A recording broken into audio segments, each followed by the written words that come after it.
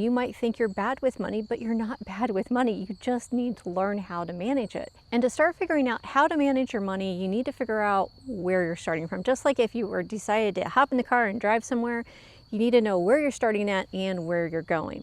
So we're going to start with where you're starting at. You need to know a few things about yourself. You need to know what your income is. This is your take-home pay, not your income, not like what you make, but how much do you actually get to bring home? How much is actually hitting your bank account? So what is your income? And then you need to know what your expenses are. And this is everything that you spend money on. What are all of your expenses? Then the next thing is your debts.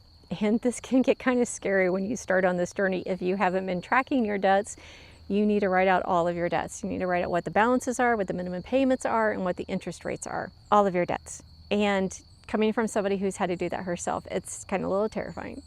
Then your savings accounts. So do you have money put away for retirement? Do you have a savings account? Do you have an emergency fund account? Do you have a sinking funds account? All your accounts, all your savings accounts need to be written down.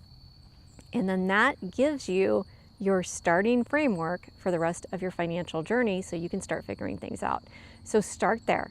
Write down what your net income is, go through and figure out what all of your expenses are, go through and figure out what all your debts are, and then go through and figure out what all your savings are, and then come back and we'll talk some more.